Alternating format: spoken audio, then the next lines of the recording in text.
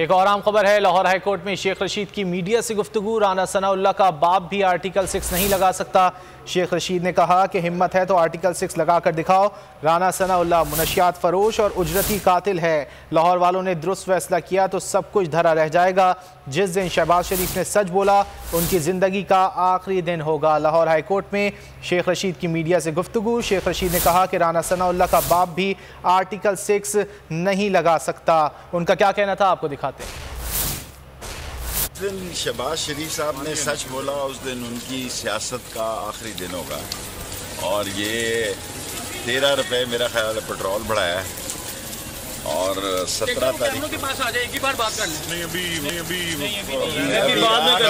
आगे बात करेंगे।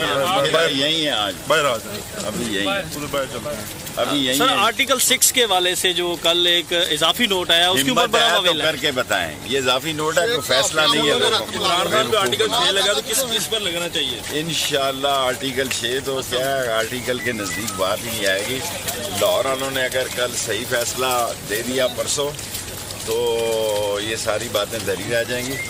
और इमरान खान पे आर्टिकल 6 ये कोई सुप्रीम कोर्ट का फैसला नहीं है। ये सारी कौम को बेवकूफ़ बना रहे हैं।